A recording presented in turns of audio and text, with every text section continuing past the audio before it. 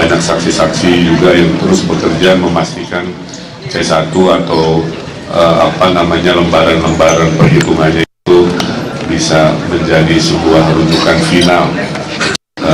Kebetulan di tim Rido juga ada tim yang akan melakukan real count, sehingga ini bisa nanti memperkuat apakah hasil quick count dengan real count dari berbagai sumber ini mengkonfirmasi yang kita sebut apa adanya.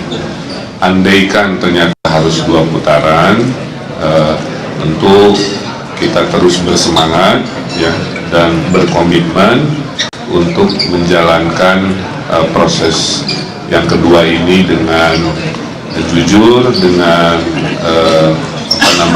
integritas, agar yang terpilih betul-betul memiliki legitimasi ya dalam menjadi pemimpin di Jakarta.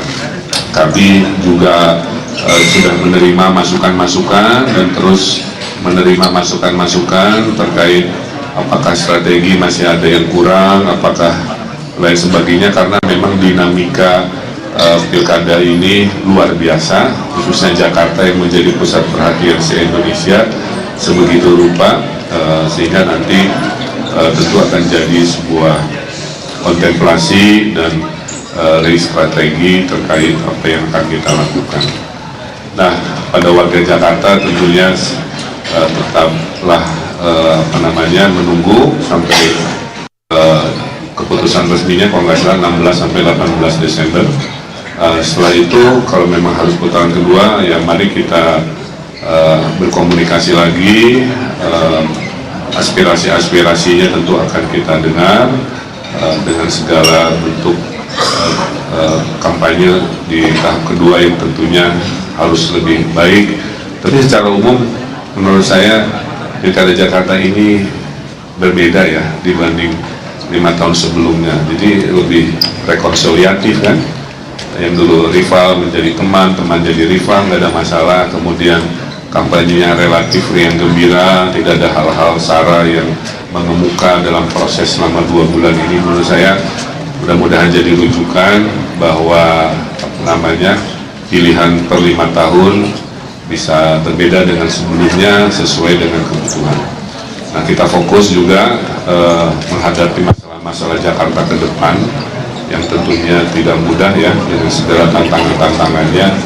Mudah-mudahan warga Jakarta tetap semangat, karena saya yakin siapapun yang terpilih itu orang-orang baik, niatnya juga baik, dan programnya juga baik-baik ya. Tinggal masalah tentunya takdirnya kepada siapa. Saya kira secara umum itu yang bisa kami sampaikan.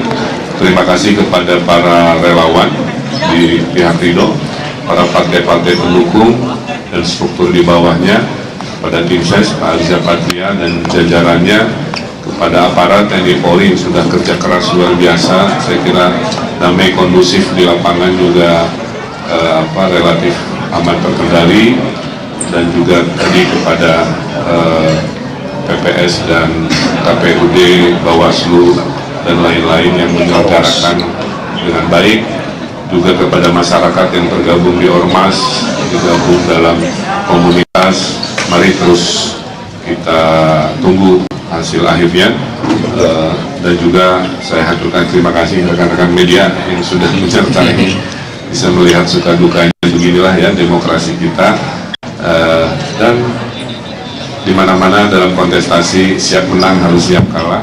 Baik, itu tadi pernyataan dari Ridwan Kamil, calon gubernur Jakarta nomor urut 1. Sebenarnya ada Kofifa Indar Parawansa langsung dari Surabaya, Jawa Timur. Bicara soal pilkada di Jakarta, jika di hasil hitung cepat baik itu Litbang Kompas Carta juga ini masih masuk dalam margin of error, artinya belum bisa diputuskan 1 atau 2 putaran tentu, tapi menunggu hasil dari rekapitulasi di KPU.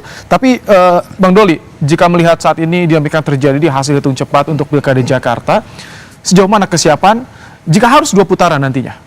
Ya tentu kan kami mempersiapkan sampai akhir keputusan ya, sampai tahap mana diputuskan akhir pilkada ini selesai. Jadi bagi partai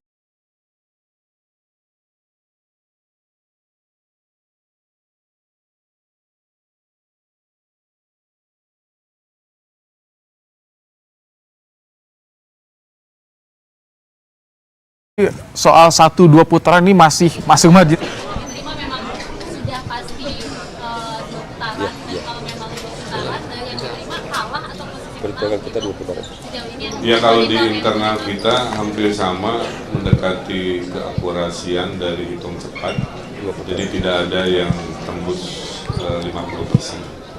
Jadi artinya per hari ini laporan ke kami dengan yang terbaca di media cenderung sama.